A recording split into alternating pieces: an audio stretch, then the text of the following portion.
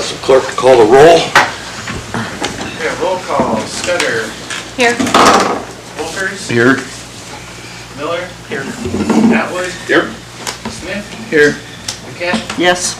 And Chair Joppa. Here. Okay, you have a quorum. And we have a full board as well. Thank you all for coming. We'll open it up for the floor. If there's any citizen comments under this item, I don't think we've got anybody signed in. Chair Joppa, nobody signed in. Okay, and what's that? Chamber's here to do her report. Yeah, I know that. Okay. So, approval of the agenda, I'll need a motion to approve the agenda. I'll make a motion to approve the agenda. Is there a second? Second. Okay, motion seconded. And discussion on the agenda? I think we need to add the chamber report. I think that's been discussed. There's a laydown in front of you that It's shows not on the that. agenda, though. It will be. Okay. So with that, a change in the agenda for Vice Chair PACAB. All in favor of approval? Okay, voting on the approval of today's agenda and consent agenda with the chamber report added, and the laydown is in front of you. McKett. Yes. Scudder. Yes. Miller. Yes. Wolkers. Yes. Atwood. Yes. Smith. Yes. And Chair Joppa. Yes. Okay, your agenda and consent agenda have been approved, and on the consent agenda was the approval of the October 4th, 2023 regular meeting minutes. Okay.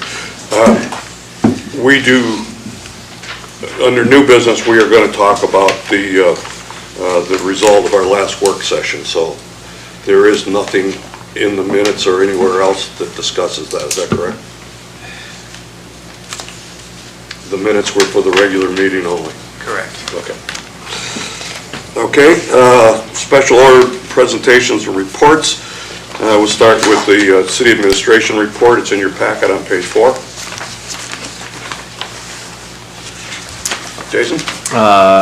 Yeah, so just you guys can see my report in there, but I did want to just add specifically that yesterday the group from NREL arrived yesterday, and so they went ahead and yesterday they placed monitors about 300 feet down in the drill hole for the heat loop project.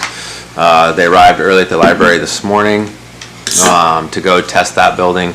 They'll be testing the annex this afternoon, the fire station tomorrow morning, and then tomorrow afternoon they'll be testing City Hall.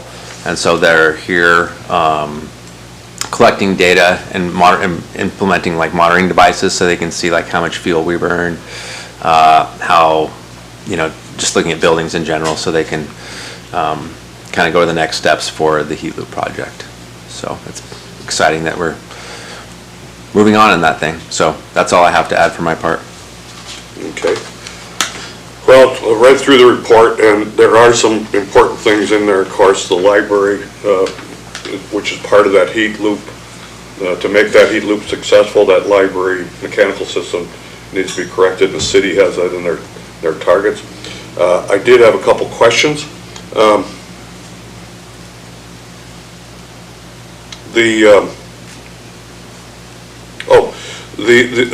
For this board, we should know that the ad hoc committee for the heat loop was brought up before the city council at the last minute meeting, not at the last minute, but at the last meeting, and was extended through February 2025.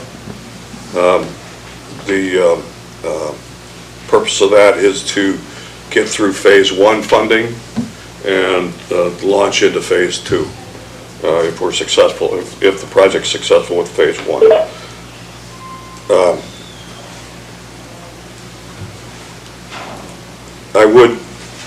I haven't been able to monitor how that heat loop and the city are working together, and Jason, I really appreciate the effort you and all the departments are putting into that. I think it's critical for that data to be collected in a way that's smooth without disruption. Mm-hmm. I think that comes from good planning.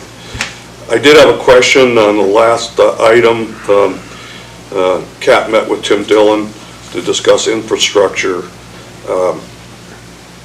I assume there'll be reports along the way as to what those grant opportunities will be, or may be. Have any target date of when any of that might start surfacing?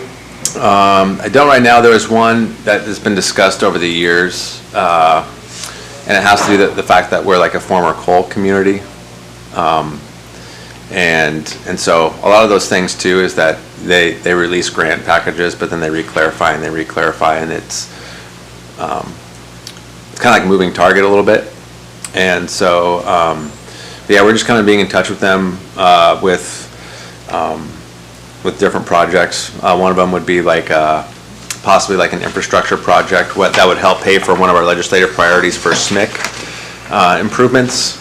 But yeah, we'll keep you guys posted as to like any specific grant opportunities that do come up through that. So, yeah. Well, I think in the rail report, we're going to talk about coal a little bit also. So I had one other question on advertising positions. Wasn't there something on the city docket recently about a change in policy or how positions were advertised? What I hear is that there's somewhat of a limited range or outreach for packages for hiring employees. I saw that the harbor hired someone just recently. Tony may talk about that. Maybe that's the place for that. Yeah, I do know that we do usually kind of customize. I mean, there's certain specific ones, like there's a State of Alaska job posting ones, and we have our local website, and depending on the type of position, we do put that out so it does reach further markets than just like Seward or Alaska for those types of things. Well, case in point, the electrical manager, how far does the reach go for that? That I'm not aware of at this time. So, okay. Yeah. Okay, thank you. Any other questions, Fred? Yeah, in your emergency operations plan that you guys are working on, is that going to cover the city waste system, sewer systems, and the treatment facility? Because if that stops operating, it's kind of an emergency, you know? Yeah, this one right now is mostly around personnel planning. Yeah. I mean, I know that Doug does have specific plans for those types of facilities on that type of situation, but this is mostly for evacuation of like people, those types of, setting up the emergency operations centers, that type of stuff. So. Okay. Yep. I just wanted to ask because I didn't see it in here. Yeah. Okay. Well, we will make sure that is covered in the public works one, though. I imagine it is. Melissa? Yeah, I just wanted to elaborate more about the infrastructure project grants opportunities. Would that be, do you know anything more about that, like sidewalks, that kind of stuff, or is it still just in the kind of research phase? I think that one's still kind of in the research phase. I know that we are, if you're talking about sidewalks specifically, we do have that on our legislative priorities, like capital improvements project list. And but then there's also a Safe Streets and Roads for All grant that we put in collectively as a borough. And what it basically does is the city had to put in some money for kind of cost sharing on this. It wasn't a huge amount. I want to say it was like $10,000 or something like that. But we applied as a borough to kind of do this more comprehensively. And what it does is it allows us to develop like a plan that basically unlocks, if you have this plan in place, it opens up the door to get a lot more federal funding. But you can't access that unless you have these plans. And so, but it's specifically to do things like paving projects and sidewalk projects are involved in that. Courtney and Community Development's working with it. And what it does is it either like improves sidewalks so that you have better pedestrian access, or what you can do is you can get paving projects done, because if it will actually move traffic onto like a different route, so it will lessen certain routes. And so we're looking at things like, we think that if we pave Lear and I'm pulling a brain fart. Alameda, yes, thank you. That will actually help conduct traffic back through there, because everyone hates driving on those ones because they get potholed up and they don't like taking the ship lifts down them and all that kind of stuff. And so, but really in essence, if we can improve access to those from like directly from highway, it will remove hopefully remove some traffic off of Port. And so that type of project would be eligible for that. So there are specific grant projects that we're pursuing. And on any that of those front. for the downtown sidewalks, repair of the Yeah. downtown sidewalks? Yeah, yeah, that's one and we do have money set aside for that. I think last year the city council budgeted some money, and then this next year they will too, but they're kind of building a budget so they can do a larger sidewalk replacement. So I know that this summer was not one that we wanted to do any additional road or sidewalk work, just because of what was already taking place, so, yeah. Thank you. Okay, anybody else for the city administration? Okay, thank you, Jason. So we have the harbor report, and Tony? Yep, like I said earlier, Norm is out of town meeting with the Army Corps on the tunnel project. He'll be back on Friday. He included his report, and in addition to, I have a few items that just came up the last couple days. On the 30th, we received our recertification as an Alaska Clean Harbor, and we are currently one of 3 in the state that hold that certificate right now. So that's nice to get that done and accomplished. I had a meeting yesterday with the EPA about some possible funding for some projects we have coming up. The washdown pad, the IDOC crane, and then maybe some power on some of our transient floats as well as a potential source. And we'll know more in early '24 on those guidelines for that grant. And then next week, Norm and I both will be out in Seattle for the Fish Expo. For the what? The Fish Expo? Fish Expo. This is on Pacific Marine Expo. Yeah, thank you. There's the official title. Thank you, Norm. Hi, Norm. Questions? Okay, I had just a couple. The harbor position, the harbor worker 2, was filled, and I think the harbor does a great job of keeping your positions filled. How are those advertised? I believe that one is all just locally through, paper and whatever other methods that the HR uses. Okay. So, hey, can I jump in on that one? Yeah, please. Please. Sure, so it's a local paper, and it's also advertised through, Tammy can probably come in and tell you more, but it's advertised in several different locations. But mostly we've been getting the locals coming and applying for positions. They want to work for you, Norm. Okay. On the end, at the bottom of the the FRC timeline, you've got a timeline of projects. This is all federal projects, aren't they? Is there any city project besides transferring the land for their building? Is there any city project here that's being done? For the Coast Guard, the only thing is transferring the land over, and then they're gonna remove 100 feet of our dock over there, and then they're gonna replace it on a kind of an east-west trajectory off of that north end of the dock there. But that's about all we've got associated with that. Once the land transfer gets done, we're officially done kind of with the Coast Guard on that, minus utilities being put in and stuff like that. Do you have any oversight at that point, or just consult? Just consulting, if anything, if they Yeah. might ask some questions about, because, I mean, we did a lot, like, we've been doing this since 2014, so all the questions, those have been asked, I imagine there's gonna be more. So, but, yeah, we'll help them out any way possible. And I know that they've talked about bringing in a couple more FRCs to store them here. I think I mentioned that once before, because there's a lot of these sites that aren't gonna be ready, and they're gonna need a place to store these FRCs, and we can store them here in Seward now. Would they each have dock space, or would they be tied up to each other?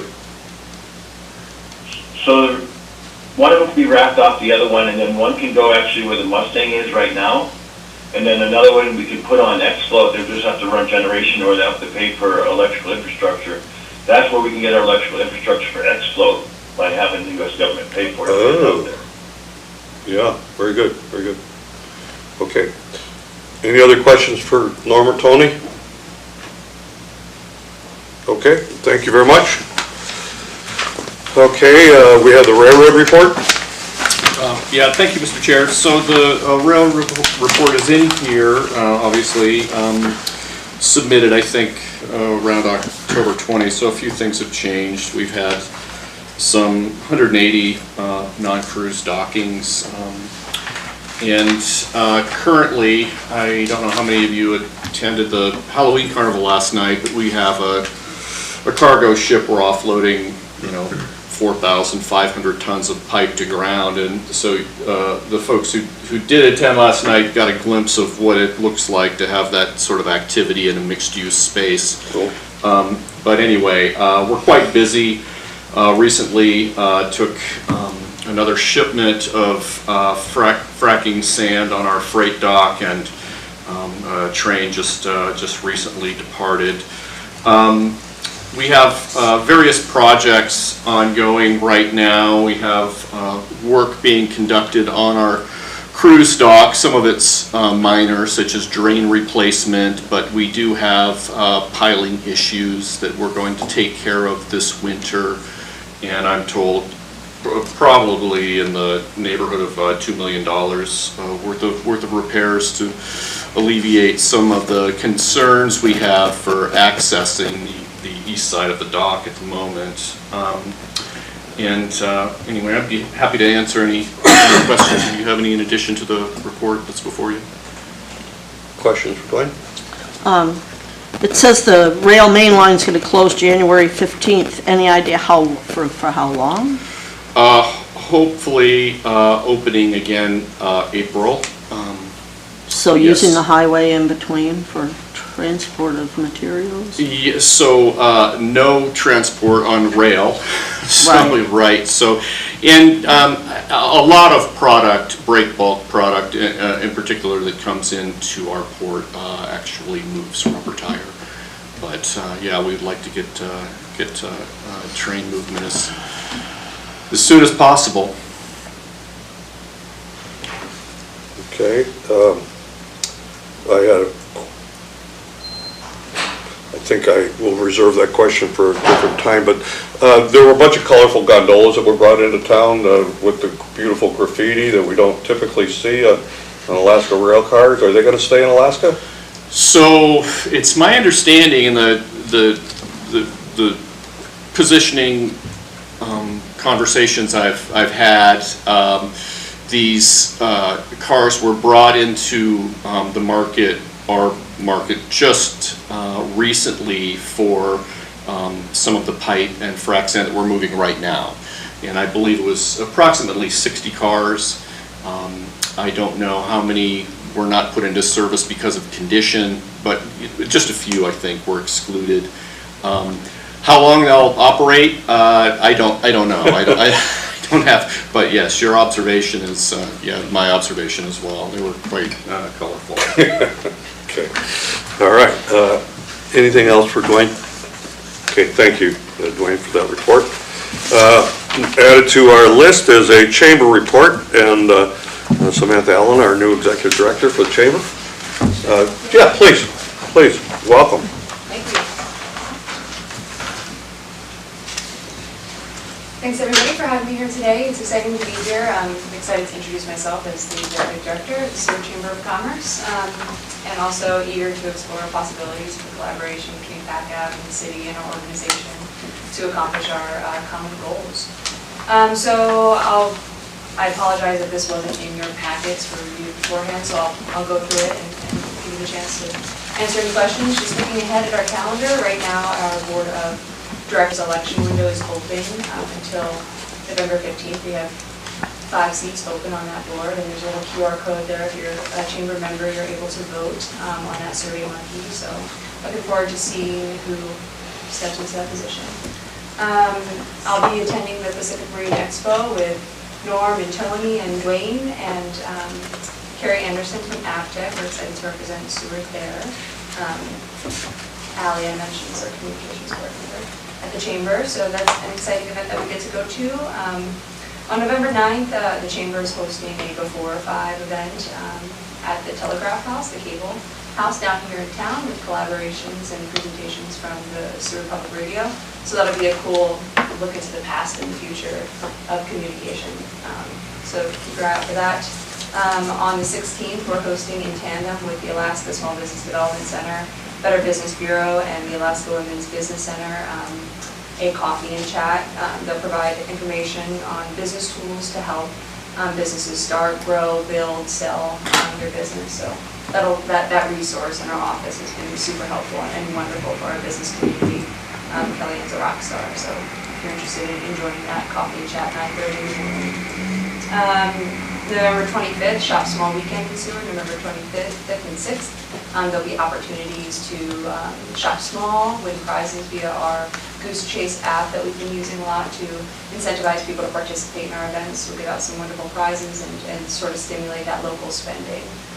Over that weekend, we'll market up in Anchorage as well to hopefully get some people from the valley and across the peninsula to our town to spend some money here.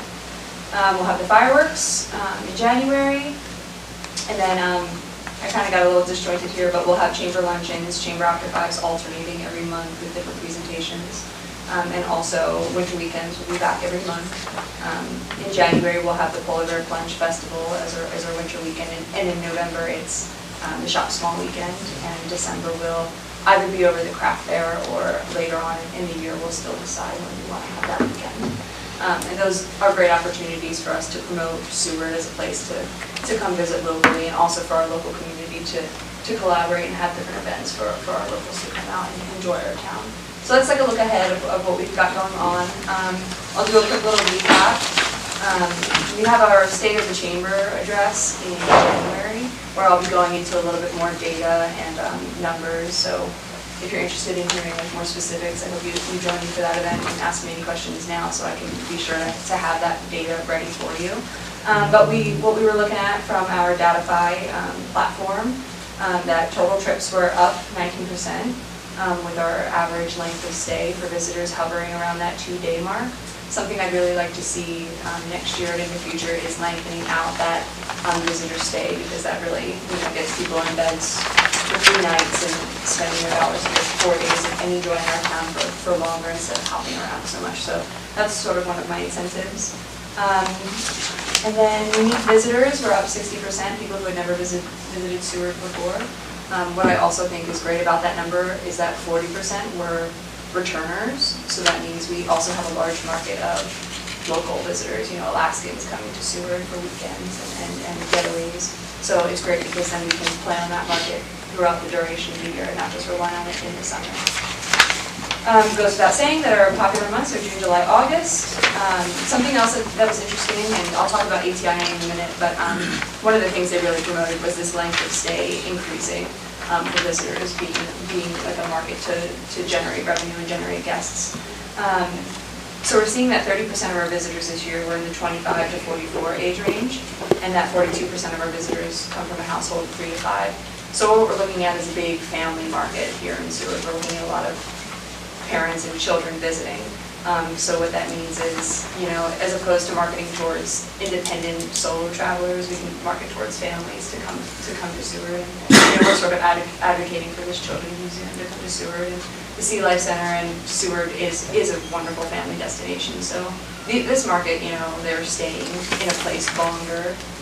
They're going to stay, if they have their kids with them, they're going to want to stay longer, and they're going to spend more money to feed all their kids and themselves and go on all the tours. So that's sort of a market I'm going after.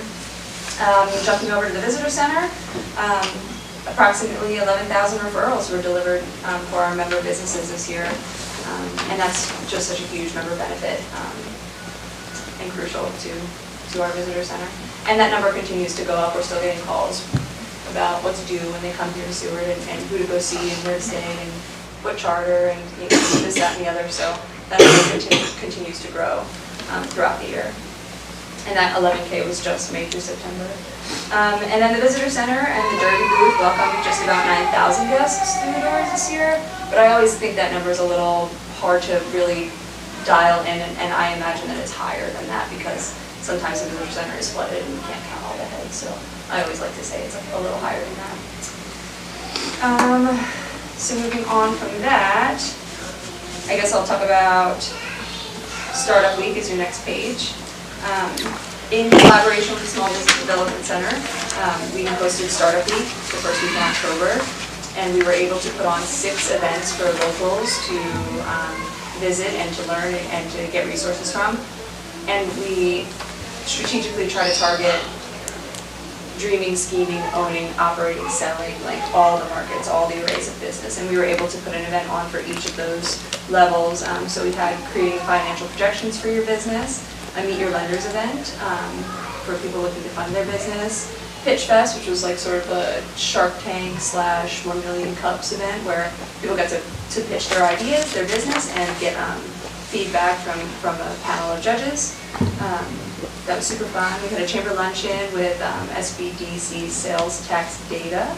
And then we also had a buying and selling a small business. So really I have to give kudos to Kellyanne Cabaretta, our small business advisor, and also say thank you to the city for helping in part fund her position, and also thank previous EDs for getting that person in our office because she is such a valuable resource and so helpful and wonderful to have around. So I can't speak highly of her enough. And without that being said, I put down some of her metrics from this year, Kellyanne's metrics, and she's had 480 client hours this year. She's had 72 clients, and she's got a 100% satisfaction survey rating. So, she's hitting the ball out of the park, really. And some of her biggest topics were buying and selling a business, and we see that everywhere in this town. In some of the industries, the biggest being accommodation that she's having conversations around. So moving away from that, I'll just touch briefly on Mountain Marathon and 4th of July.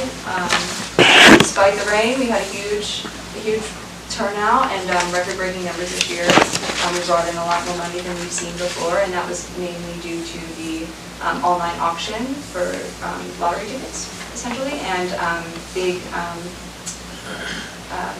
sorry. Oh, we had a record number of vendors this year as well for the festival.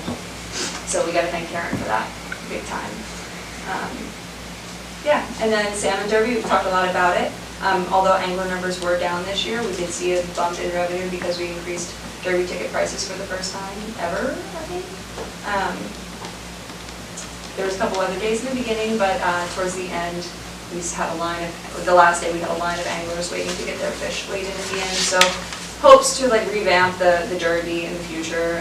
It's big on our list. We want to incentivize anglers to come back with bigger, better prizes, and that means developing stronger sponsorship opportunities and partnerships with new sponsors, creating better and stronger relationships with our charter and captains, getting the word out sooner. And also, we had the Silver Salmon Ball this year. I don't know if anybody was there for it, but it was super fun, and we hope to recreate that event in a bigger way next year. Okay, I just got back from ATIA, the Alaska Travel Industry Association Conference with Callie, our communications coordinator. We went there, and it was a great chance to connect with different DMO leaders and chambers across our state and talk about tourism and talk about all the hot topics. And it's interesting, all the conversations we're having at our chamber and we're having in our city were a lot of the same topics that we're hearing from these other places too. So it's not like we're alone in this. Talked about sustainable tourism a lot, employee retention, housing strategies. Sounds like a lot of employers across the state are building employee housing. Comes down to that. Encouraging the length of visitor stay. And then they noted winter tourism is like the last frontier Alaska tourism. So yeah, able to make and build and sustain a lot of connections over that weekend in Fairbanks. That's a big dog mission. That's cool. And right now, in the office, we're working on a visitor guide. In 2023, we distributed just 70,000, not just, 70,000 visitor guides, and we're contracted to get the same amount this year. And I had this really wonderful and meaningful conversation with a woman at the Copper River Chamber of Commerce. I went and visited them, and she thanked me for these visitor guides that we give to them for free because it's like one of the only things that keeps their doors open without their city funding. They don't have city funding. They have very few members, so it just it sort of touched me to have that conversation with her, and it's exciting to get to put this publication together and be the office that helps other chambers across the state stay open. And big thank you to all of our businesses that take ads out in that because that pretty much funds their ad. So finally, yeah, my future goals in my role, and And as a person in Seward and in this position is to partner with PACAB and the city to bring back some critical services to Seward, to help make the year-round economy and lifestyle better in Seward, and strengthen our tourism market, because we are very reliant, our year-round economy is very reliant on tourism, and what that says to me is we need to continue to build it, but we also need to expand. So if anybody has any questions, that was my first presentation. Okay. Dwayne? Right. Yeah, so I'm just curious if there was, you were mentioning this as it relates to visitation, length of stay strategies. And I'm just wondering what your thoughts are, what you were hearing, if it, I mean, are we looking at like multi-generational pitches? We're looking at different kinds of packages, or what?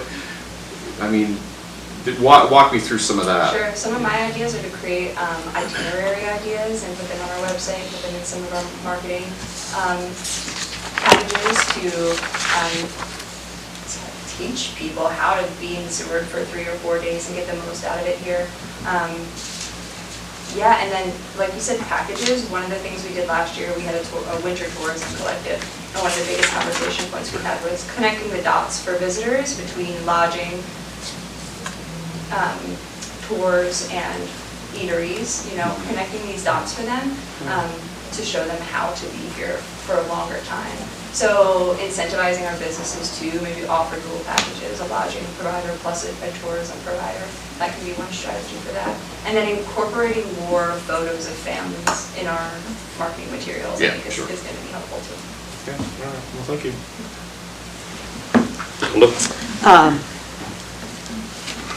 One thought that I had about encouraging the longer stay, so a lot of lodging places have gone to adding a cleaning fee. And for the most part, usually that's a flat cleaning fee, no matter how long you stay. Yes. And so we could have a campaign that said something along the lines of make the most of your cleaning fee, stay longer. You know, I mean, Higher your cleaning fee. well, Okay. the thing is that people are accepting of it, right? But they may not be thinking about, gee, if I stayed one more night, I could save a cleaning fee somewhere else and, you know, stretch it here. That's true. Make it $20 a night as opposed to $30 a night, because we're only staying 2 nights. Yeah. I will say the Airbnb cleaners wouldn't like that so much. Well, Because they get paid the same whether people are there for 3 days or 1 day, but not to take away. that's on the other end. That has to do with how much you're paying your housekeepers, right? The other thing was, I don't know if you're already doing it, but the fact that we were awarded the Alaska Clean Harbor seems like something you could incorporate into marketing materials, because that's something to be super proud of. And all the green people will appreciate it.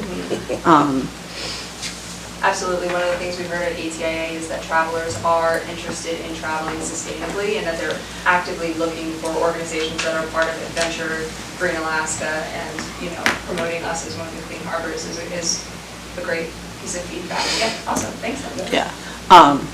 Well, and also the longer stay feeds into that environmentally friendly stay as well. I've been promoting green stays for 25 years. I don't feel like I've gotten anywhere, but Other thanks. questions? How Fred? long, you said that the average stay was 2 days. How long is their stay in Alaska, do you know? I don't have that You don't? comparative data. And do you have any, like, I know that we were checking out, we call them VFRs, visiting family and relatives.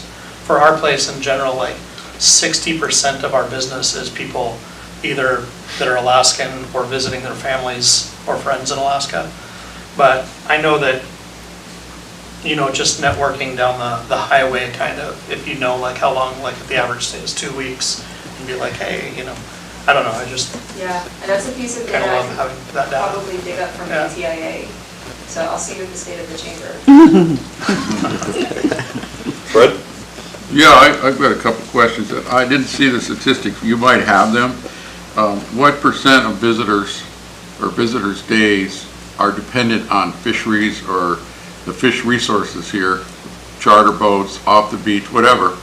And of course, your salmon derby and if you know any of that statistics.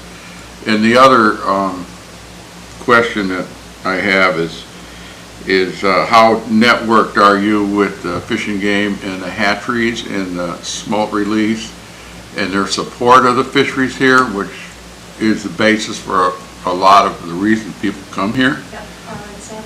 And so I wondered if you had any interplay with them. Cook Inlet Aquaculture Association spends a lot of time during the Derby volunteering their time, and that's where I've gotten my bulk of communication with them. Prior to this, I think most of the communication with that organization has been the ED's role, so that will be something I look forward to doing in the future.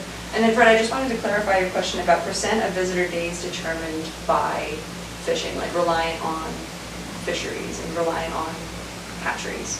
Did I get that right? People come Yeah, here yeah, for fish. there's some people come for the scenery or the other recreational Yeah. things here. Are people why? How many people are here And for the fish? some people come to fish, whether it's off the beach or in their own boat or in charter boats, but that's what attracts them to Seward. Yeah, I will say probably the biggest question we get over the phones are about charters. Which charter? Charters? Yeah. And that would- It's that a would- huge question. That would tie into the 2-day thing too, because halibut regulations pretty much only let you go out 2 days now if you're chartering. So I'll look into that. Yeah, I just wondered if you followed that, because that's a dynamic of what you guys do. And then what I saw today on the interwebs, there is a seat open for the Aquaculture Association board. I could speak to that, actually. Bob Barnwell was a representative, and he just submitted his letter of resignation, so we are currently seeking to fill the seat with the term to expire of May 2024.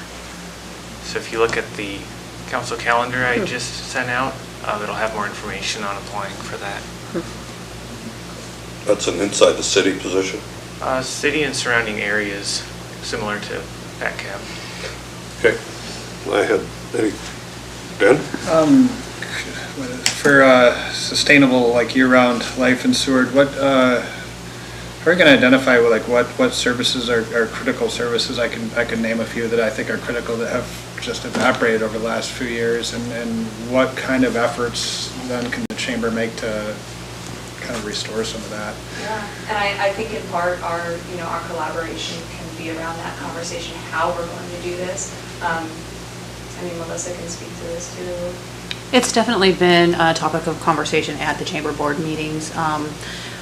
One of the ideas we talked about was doing some sort of a town hall meeting to find out what the citizens of Seward are looking for. What are the needs and what are some of the ideas that not just chamber members have, but just the community as a whole.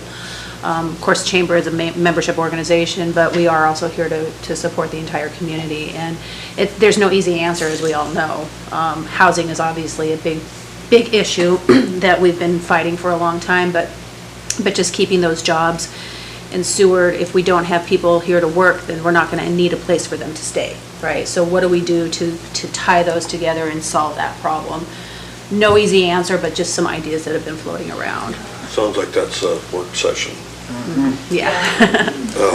Okay. And Bruce, you were there for the focus group we had on energy efficiencies. Yes. And I thought that was super positive, and hosting more like town halls, more facilitating more conversations around these topics and what our membership and what our community sees as avenues to accomplish these goals, and which critical services we're most interested in targeting first. I mean, is it the salon, or is it something Okay. different? Hardware stores. Yeah, is it the hardware? Oh, good question. Lumber yard, So, I would thank you for bringing us up to date. This is a very complete report, and I know it's your first visitation to us, and in the future, these summaries, I think, can probably be a little bit more compact, but, all...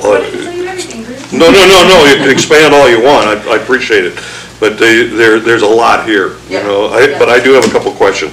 The One More Day slogan, which was a chamber slogan, which was to encourage visitors to stay one more day. You're up to 1.9 days. Where did it start? Was it one day that we were seeing people? Or, well, how do you measure that improvement? Yeah, it's data from last year compared to this year is what you're looking at. So that percent change is from last year to this year. I don't have Okay. like the first. I think there is one, but it's right going to be now. hard to collect data for it, but it's probably there. As long as we've had data I could go back as far as that. Well, Jason was there pre-COVID, right? You were in the chamber pre-COVID. Barely. During COVID. Yeah, I started So- November of 2019. So we sort of have to take those 2 years and relate back to where we were and seeing where we are today, although I suppose it's not automatic, but I'd like to see a growth, and taking it from the worst year possible to today, that's not really a real measure.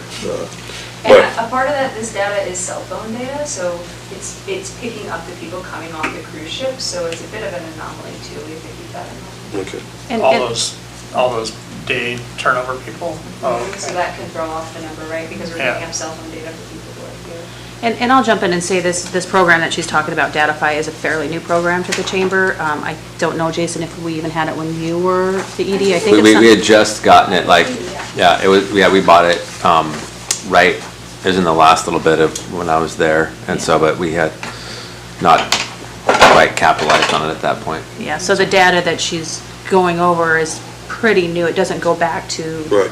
prior to when we. Well, we're in a good started that place, and program. we want to see it grow. Yes, absolutely. So I had a question. You credited someone with a lot of good things here under SBA metrics, but I didn't get the name of that person. Kellyanne Cavaretta, Okay. she's our last small business advisor. She deserves a lot of credit. Yeah. she wrote- Okay. It's really surprising me that you got 100% positive, but I suppose if somebody's negative, they're not going to make any kind of report. So, It doesn't surprise me at all. okay. It's awesome. Question on the electric voltage plug-in that you guys Oh, have. the EV charging station, yeah. Is it being utilized, or is there a way to monitor the usage? Yeah, we have a use monitor, we get reports from it. What had been going on over the summer is our prices were much lower than a lot of people on the peninsula, which made us very popular, but we weren't subsidizing it enough with our prices, so first thing I did was raise prices on that. So I can have some of that comparative data. The only other EV station I know about is Lord Snyder's. I So, think we're more expensive than them now. okay. So that's private industry. Which takes me on to the next topic, but everything you've talked about, Samantha, it's all understandable. Simple question, what's DMO? Destination Marketing Organization, Destination Management Organization. Okay, that's simple. Everything you've talked about has related to tourism, and I know it's an important thing. I for one don't want this to be Skagway where it's all around tourism. So an outreach or some sort of what efforts are being made to the large employers like Catalyst or the big hotels or JAG. I don't know whether that's in the chamber purview, but I would definitely encourage they not be short-sighted at all. Yeah, one of the things that I'm very interested in is the year-round life of Seward, so looking to make that more robust again. And, we do, with our startup week, our small business, we are offering a lot of programs for business owners, and be it that some of them are tourism industries, some of our year-round services can and are encouraged to participate and get what they can out of those programs as well. So it is very tourism focused, but there are also programs out there for all kinds of businesses. Makes us unique. You and I talked about this, but I didn't see it in here. We know that tourism is making up almost 50% of our economy. Do you have the breakdown for the other 50? I could get you that data came from the Small Business Development Center, so I could get a breakdown of that for you. Yeah, I think that we'd be curious to see that. 50%?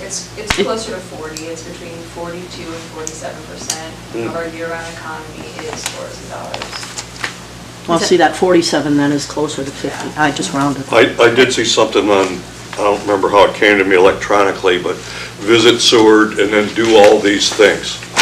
And so there are, I guess, people that are recognizing that it's important to tie a visit in with the Sea Life Center, or the fishing, or the walking on the thing, or the climbing the mountain, you know. So with that note, because our community is so reliant on these tourism dollars, it's very important that we continue to foster that tourism.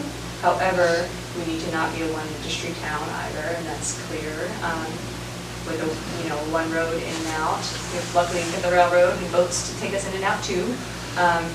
So yeah, to find ways to help strengthen our year-round economy is at the forefront of our conversations and something we're trying to do. Yeah, and if I could just jump in, Sam, some of the things that the chamber does as well that is not tourism related is the Hometown Guide, which was started a couple of years ago, which is a separate guide in itself that advises people coming to live and do business in Seward where they can go for things like bill repair, auto repair, parts, grocery shopping, whatnot. So that's a separate guide that's put out once every couple of years. Gosh, there was something else I was going to say. But The Marine Guide. The Marine Guide? The Marine Guide. Some of yeah, that's put out in collaboration with the city. City money goes into some of that, I think. Well, it's part of, a marketing contract. It can be marketing not just as a tourism destination, but as a place to live and do business. So, Okay. yeah, that's. Very good. More questions? Wow. Well, I have more of a comment. That home time guide is a bit problematic because things keep closing. It's like we're not in a period where we're adding businesses, we're actually losing services. And I don't know, there becomes a point where maybe you don't want to have a guide like that because people will look at it and go, well, there's no salon, there's no this, there's no that, and I don't know. I mean, it just seems like we're at a very precarious place right now, having lost so many local businesses over the last few years. Creates an opportunity. I think Yeah. maybe we invite you back and hopefully we can collaborate on some of these things and bat them around. Okay. Okay. Other questions? Thank you. Appreciate it. Thanks. Thanks, Sam. Okay. So returning to our agenda.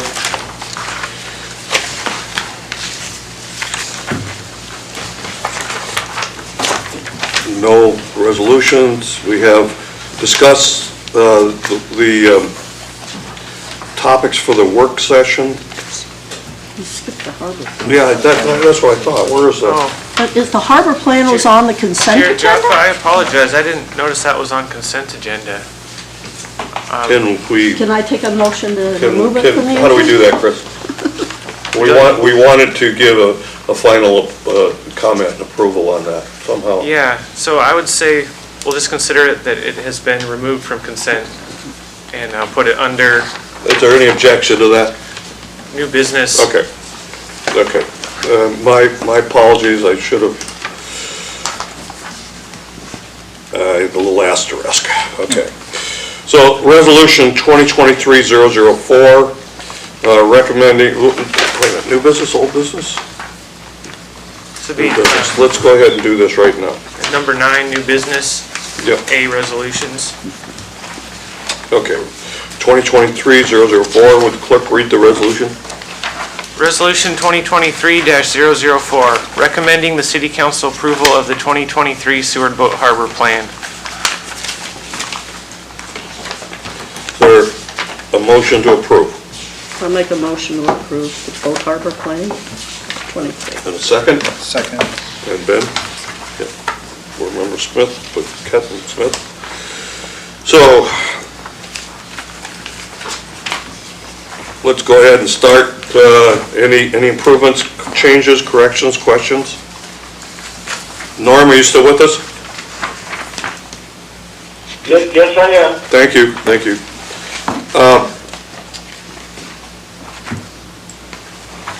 I had a couple, and I apologize for bring it, well, I don't apologize. The first one is land ownership, land use and ownership.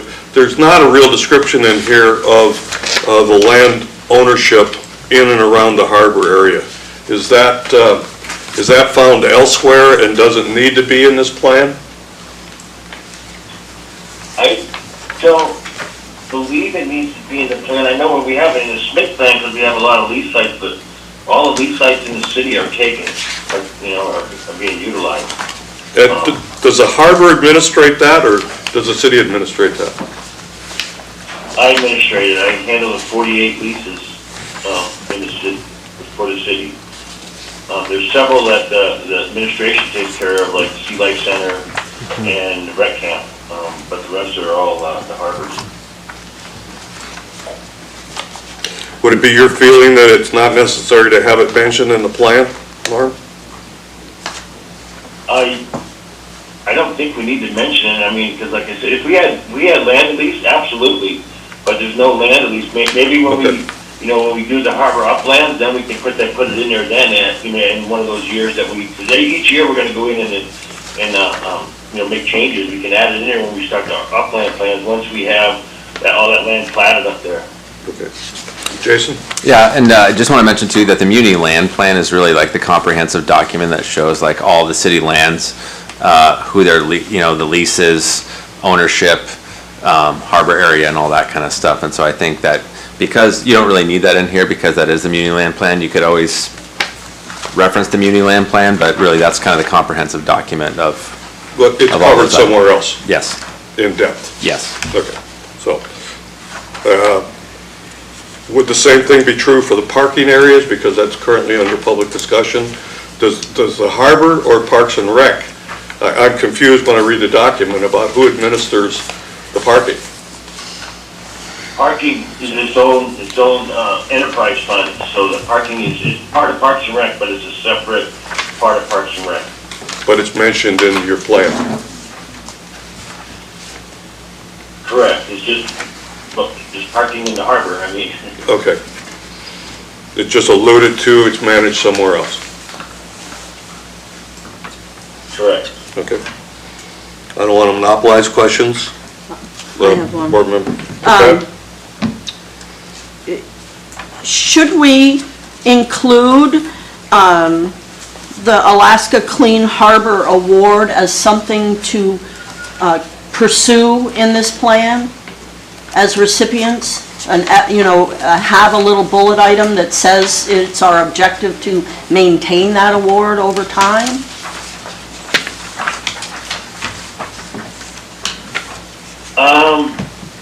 I mean, we could put it in, the introduction of how we've been, we've had it for a while. We've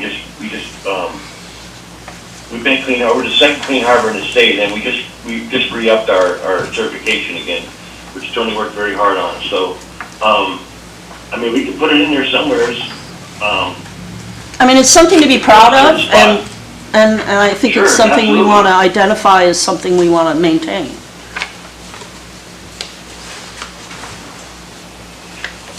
Maybe we can put it at the end of introduction, and when we started being,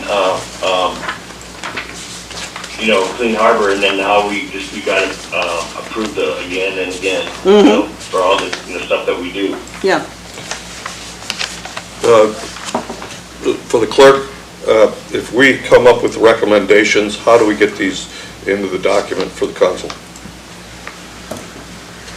I don't know if those would be considered amendments, or if it'd be easier just to give direction to admin to add the changes. If they're in our minutes? So first, what we would do is you just, if you come up with the wording, or I can come up with the wording, and I can put it in there, because I wanted to take it before council for the next meeting, to get it approved. I understand that. Yeah, and I don't want to delay that. So as long as they give like some kind of relatively clear direction, it doesn't have to be precise wording, I don't think.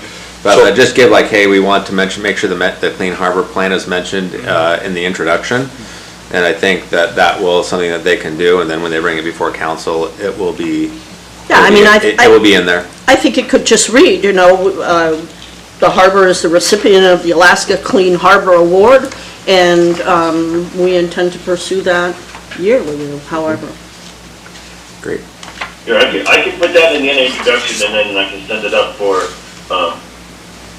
before it goes to council, so I can add that when I get back. Okay. I would agree. Okay, other questions? I have a question. Yeah, Melissa? And forgive me, I'm not as familiar with this, but this obviously has been in place for quite a while. So is this something that we, or the city, has to approve every year?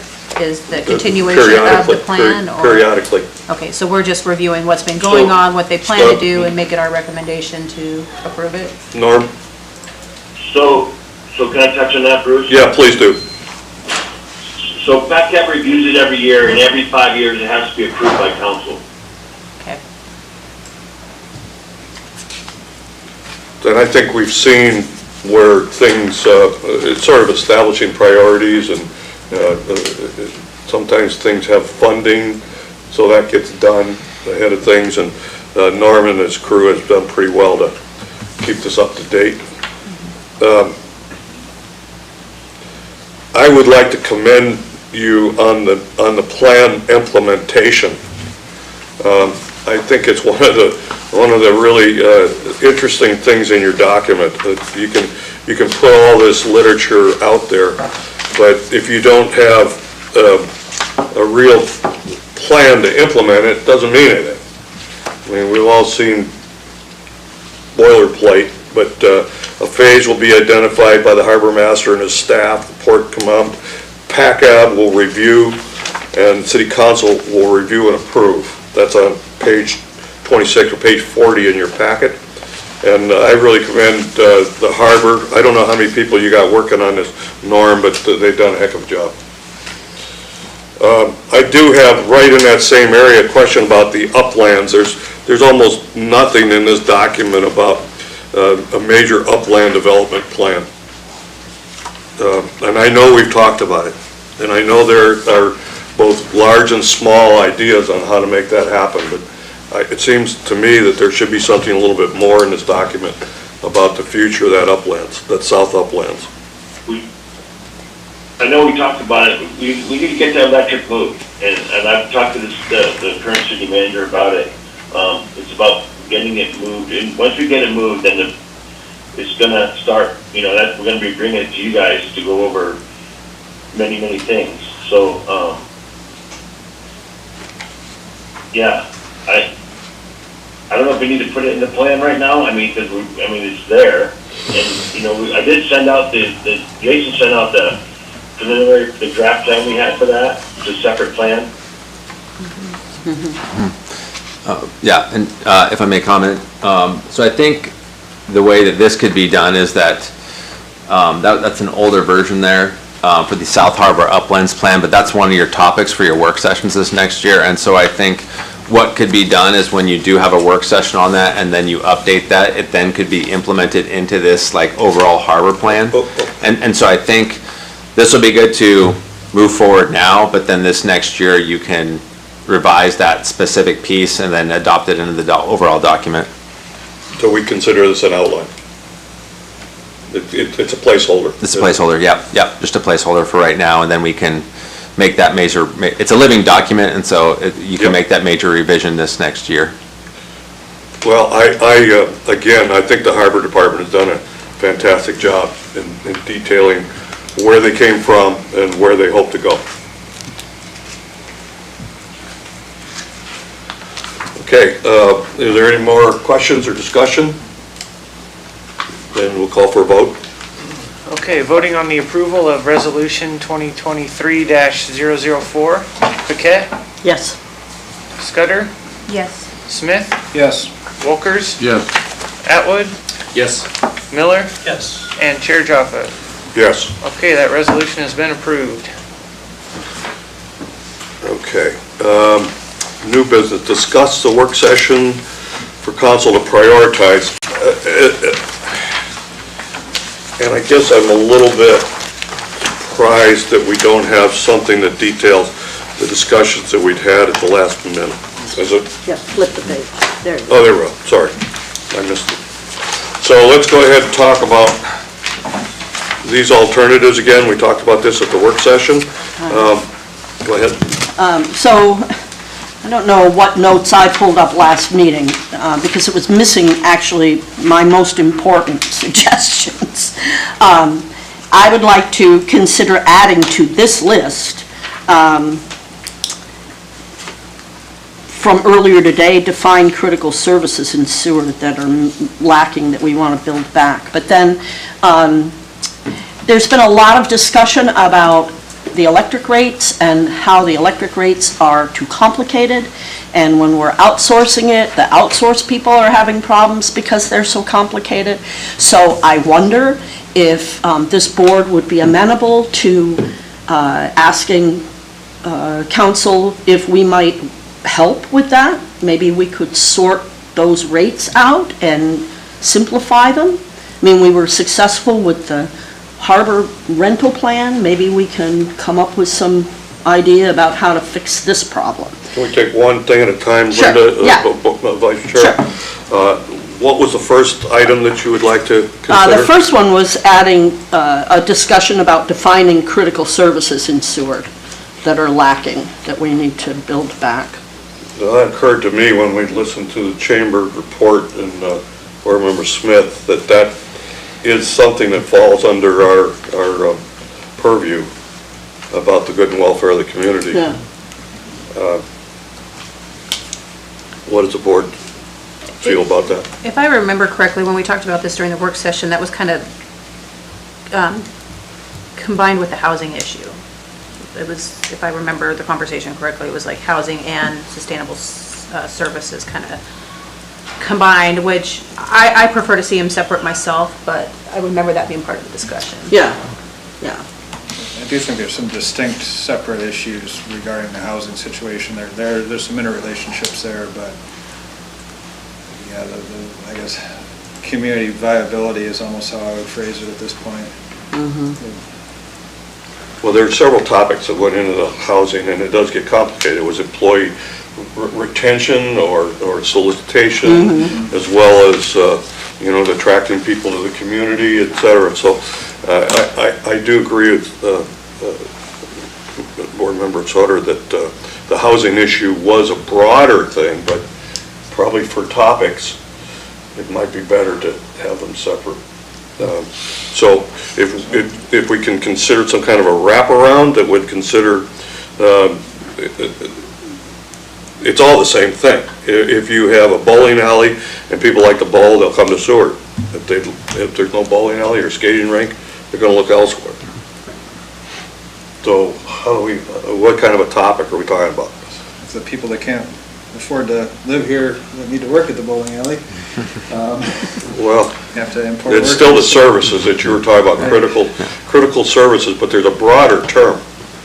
I do think we could have housing issues, is just to make sure that, because that is an issue.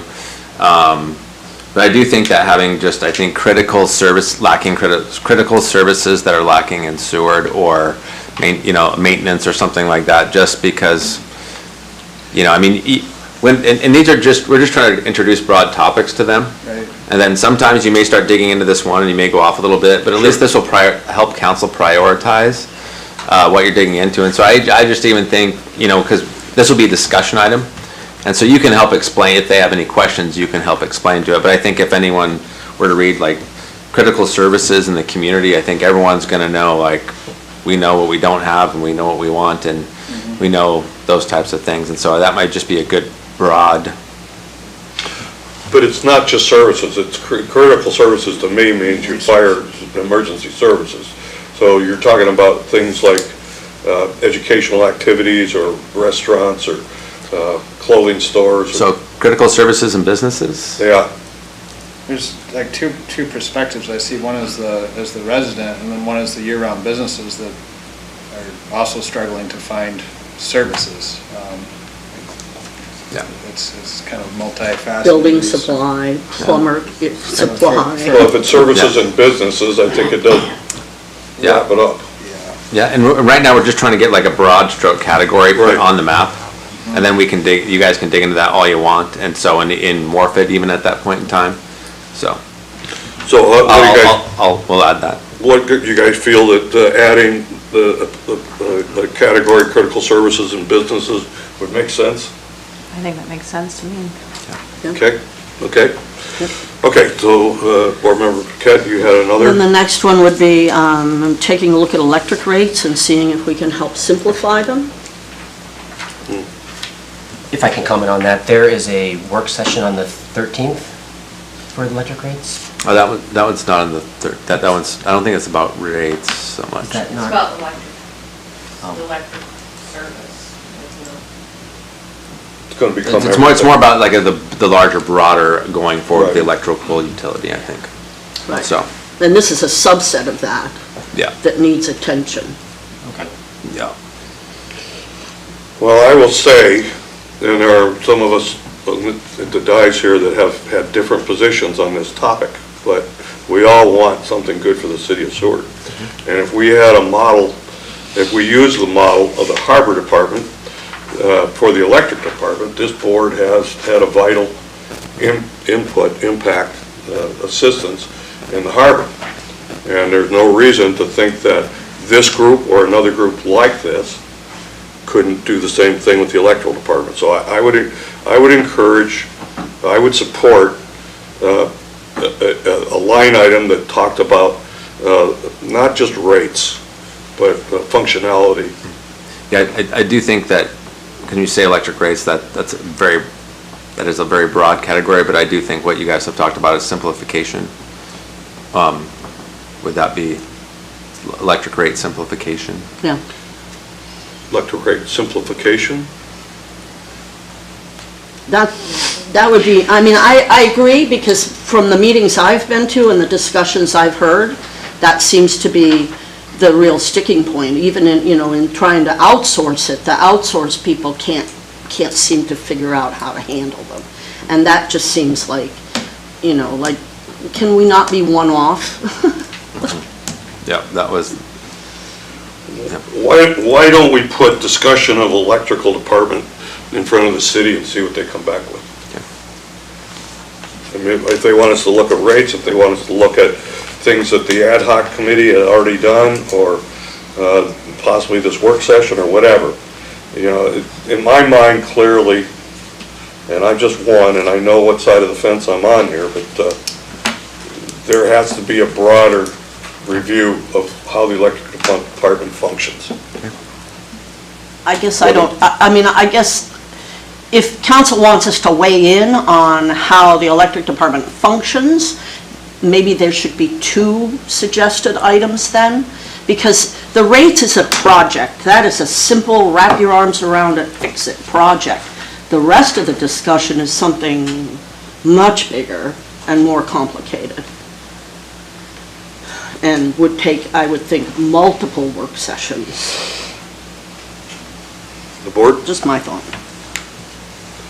I'll speak on this, 'cause I'm not going to let this go. The electrical rates has been debated in public forum a number of times. They hired a professional consultant who's brought this in.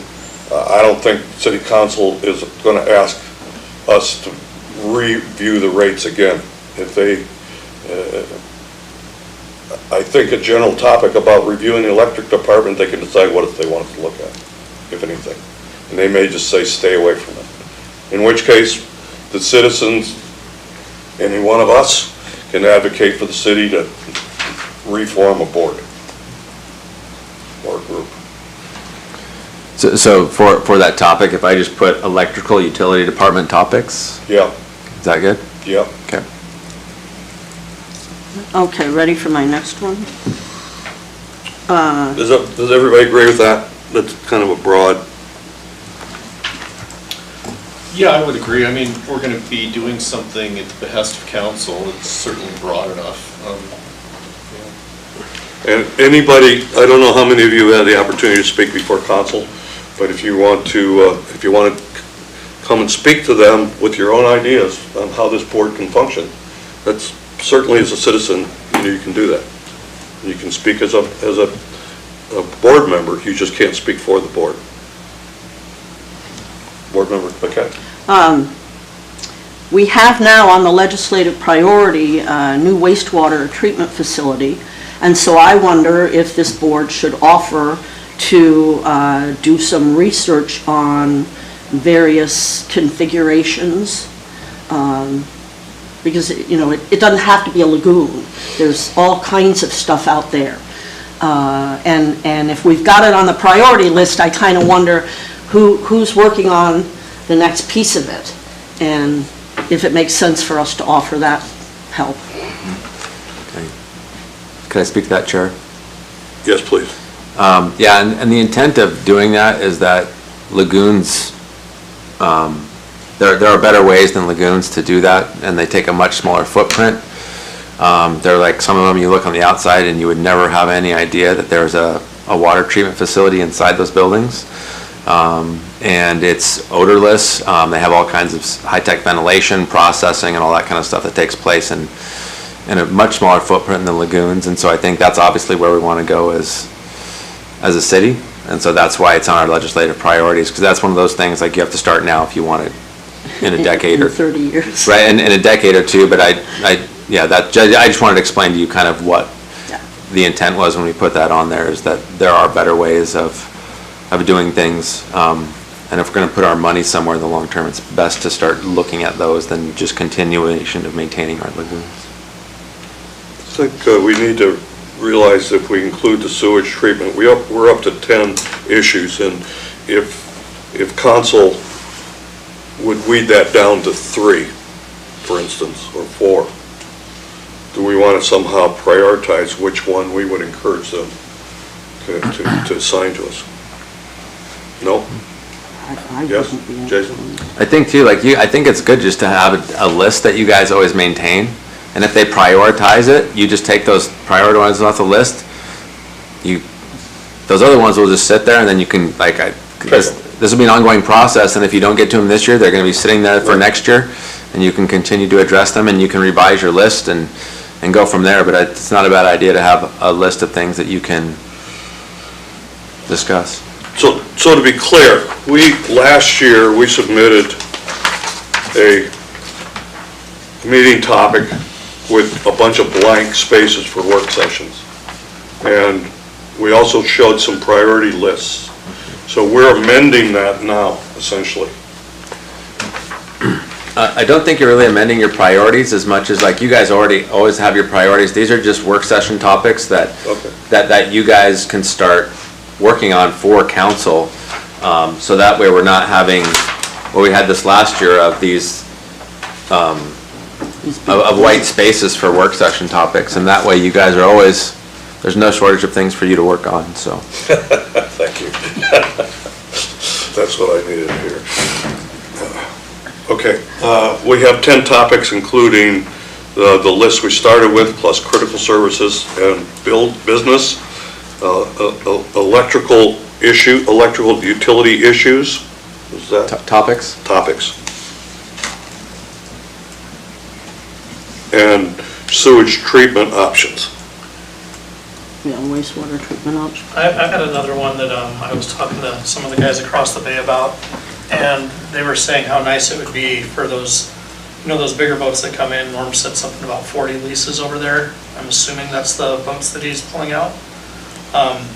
If they had utilities, so they don't have to use, and maybe they do. From what I gathered, they don't.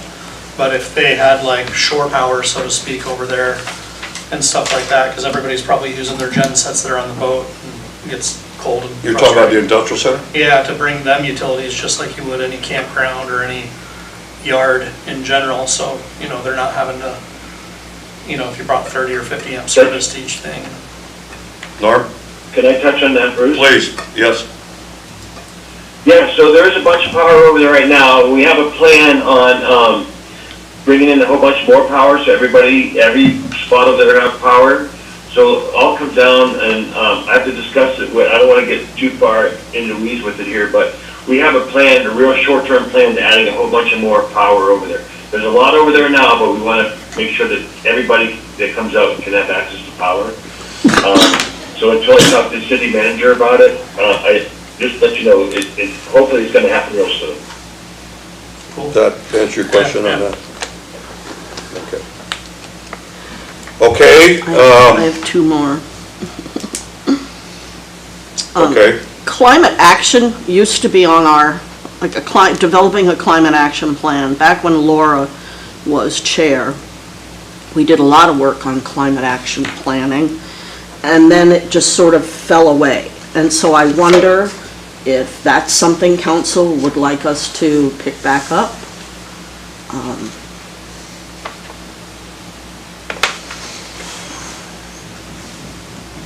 I don't know if we want to pick it back up. I mean, we need to decide as a board if we wanted to pick it back up. I'm not opposed to climate action, but I also think we have a lot of things already to talk about here that I think probably will wrap around climate action while we're doing it, personally. Right, as a subset, I mean, we're looking at, greener and more efficient energy, opportunities, which I think addresses some of that. Most coastal communities in Alaska have actual climate action plans. And so, I mean, it's just a question to throw out there. What communities are you talking about? Like Cordova? I don't have the list now No? because it's been a while, but yeah. In fact, I'm not sure if it was a true statement, but somebody said to me that Seward was the only Alaska coastal community that doesn't have one. This is Norm. So Linda, way back when we were talking in Anchorage, we were working with Anchorage on a climate action plan. Yeah. And it's just stopped, and I don't remember why it stopped. I think COVID hit. COVID hit and big derailed meeting and it just everything. stopped. Yeah, COVID hit and derailed everything. But I'm still on their email list, so I still get the notes from that community about what they're doing. Yeah, we were going, kind of copying their plan, but they're the only ones that had a plan that I remember. Yeah, I don't, we'd have to get back on that. So that's the question. Do we want to get back in doing something with climate or not? I would encourage Board Member Paquette to bring us regular reports on climate action. We could deal with them case by case. That would be my recommendation. I would think any discussion we have on any of these topics, climate's going to be a consideration with whatever we discuss at any point, and then that's a hot topic for any conversation any entity has anymore, right? So These plans are the kind that are measuring your output, of greenhouse gases, and then putting into place timelines for decreasing those outputs. That's what they're very specific to greenhouse gas emissions in most of my experience. So, and I don't think any of these conversations are going to touch on that. Okay, anybody here agree, Board Member Paquette, to include climate action on this list?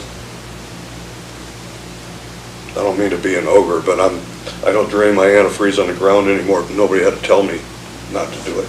Well, there's still people doing it, so. So some of the effects that this board has had, I think, have motivated the city to look at energy efficiency and heat pump options, and I think there was already a lot of momentum, but we've done a lot of work in that regards, and through my role at the Sea Life Center, I facilitated putting in place a climate action plan, so I've just gone through this process. It did involve, it seems like it's easy to develop something like that for an organization. A community is a different animal. So I'm not exactly sure what that would look like, having gone through that process for a definite scope, right? So Right. It wouldn't be a bad idea to have it as a discussion topic. I would like to see more of something we can do our research on after this, but see what that looks like for Anchorage. The chair is going to determine there's not enough support to include that on a priority list. What's next? Okay, so the last one I have was you're trying to figure out how to deal with all of the tax money that's being collected on behalf of the city of Seward that does not belong to the city of Seward by all of the people in the 99664 zip code that live outside the city limits. Like, there's a real issue there with taxation without representation. And I'd really love to see the city try and figure out a way to deal with that. Are you referring to sales tax? Yeah, or- online sales tax. Online sales tax collection. I don't see that's a topic for, does anybody want to bring that up as a PACAB issue? The Okay. chair's going to No rule worries. that's not a That's fine. PACAB issue. That's fine. Bruce, just to let you know, that's a borough issue, and I actually called the borough about it, and they're supposed to be working on something, but I don't know where they're at with that. I understand Linda's, because I live outside the city limits too, and I paid 7%, so, I know the borough's supposed to be working on something, Linda. Okay, thanks. Okay. Okay, so we have 10 items, including wastewater treatment option, and that would go to council in their next meeting, On the 27th, 27th as a of discussion November. item, and that, at that point, then you'll be asking for council to like prioritize those for you and kind of give you some marching orders of what they want you to address Or first. give us a different list, you know, I Yeah, mean, yeah. it's their list. Yeah, but at least it gives them something Right. to look at and prioritize for you guys. So I think that's a good list to start from. Okay, I have a question. yeah. Given that, what's our topic for our work session on the 15th? Thank you, Linda.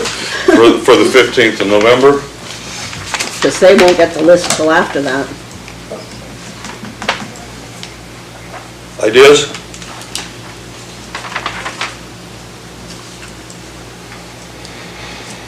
Do we want to take one of the ones that we've already got on our list? I'd be in favor of that. Anybody have a recommendation on picking one of these? I would recommend starting with the sustainable services and businesses. I think that's a pretty, Sustainable services? yeah, It's critical. critical, Yeah. defining Oh, sustainable okay. critical Item 10 services. or item 8, Yeah, item 8. critical services and businesses. Is there any comment? Do we need to invite some people to speak? I think we'll work on that a little bit. I think we should wind up with a presentation of some sort, and certainly some information ahead of time that we can get through the clerk to us. Okay, and Melissa, if you might have some ideas from the financing and other people, industry. And if nothing else, we can start bringing that together and seeing how many different, pots we're going to be looking at. So the protocol on that, if I come up with the information, I email it to the clerk? Is that how that works? Correct, Okay. that's the best way. You cannot send actionable item to individual members. Okay, so The everything goes clerk through will the clerk. distribute things. Got it. Okay, so I think that,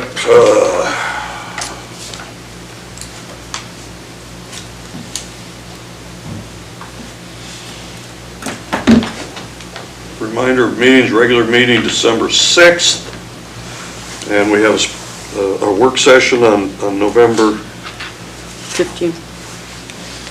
15th? Okay. Citizen comments. Oh, here comes Brad Snowden, maybe he'll have a citizen comment. No? He's come in from the cold. I think. He went upstairs. Okay, no citizen comments, so we'll go to commissioner comments, and we'll start with Board Member Sutter. I don't really have any comments right now, thank you. Okay?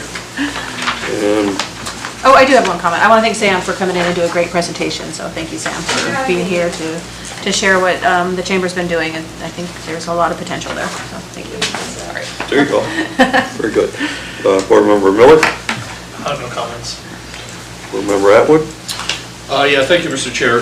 Just on a professional note, I got a training recently. I thank my employer for paying for it. It was the International Association of Maritime and Port Executives. and I went to the port of Longview, Washington for this training, and you'd think, oh, well, Longview, Washington, what's that about, right? It's on I-5, and that was really my understanding, but I got to visit a port with no fewer than 8 docks and approximately 800 acres and a foreign trade zone, and moving large amounts of commodities. And so anyway, I guess the point that I'm making is, these new environments bring a new perspective, and I was encouraged by what I saw, and of course learned some things that are going to help me professionally. But I'm kind of interested in exploring the foreign trade zone component. And anyway, I just offer that. Okay, thank you. Governor Walker? Yeah, I have just a comment. These topics, these prioritized topics, we should be sure we stay pretty specific, because if we get a broad description of a topic, we open the door to politics. It makes our work a lot harder. So that's all I got to say about that. And thank you. Board Member Smith. Well, it's good to hear that we have NREL people in town doing the heat pump work, and hope to see the results from that. Very interesting. Our heat pump project there at the Sea Life Center still continues to attract outside attention. We've had visitors come to see and gauge its performance. So I'm looking forward to seeing how all that works out, and thanks to everybody on the ad hoc committee that's been putting a lot of time in on getting that going. No other comments. Thank you. Okay. Vice Chair PACAB. Welcome to Sam. Thank you for your report. I look forward to seeing you periodically. I'm continue to be excited for the city, even though there are a lot of things that are problematic. We have all new administration, basically, and a new chamber director, and I think that the future looks bright. Good. Okay. Thank you all for coming. I enjoy having a full board. I know everybody's schedules are busy, but taking time out for this, I've talked before about community service, and this is an example of a volunteer group that offers something to their community. And I'm honored to participate with the group that we have here, and we have a broader spectrum of community participation than we've had in a long time. So I'm hoping that we can dig into some of these issues that we've talked about today in depth. I won't stretch this out any more than needs to be, but the participation of the community is something that we need to continue to advocate for. In your daily conversations with people, you can remind them that they can come to this group or the city council meeting, or write letters, or just do whatever it is that they feel they can, and maybe remind them that if they have a problem later and they haven't raised an opinion, it somewhat diminishes their position. In my view, if you don't want to vote, don't gripe. But it even goes to participate. So I would thank Samantha for coming, and Norm from a distance, and congratulations again for your department. I look forward to our group offering things to the city, and Jason and Kat, I compliment the enthusiasm that I see growing in this town. I think it centers around you and the group. Look to great things in the future. Okay, any other okay, if none, we'll adjourn at 1:30. No, they're not.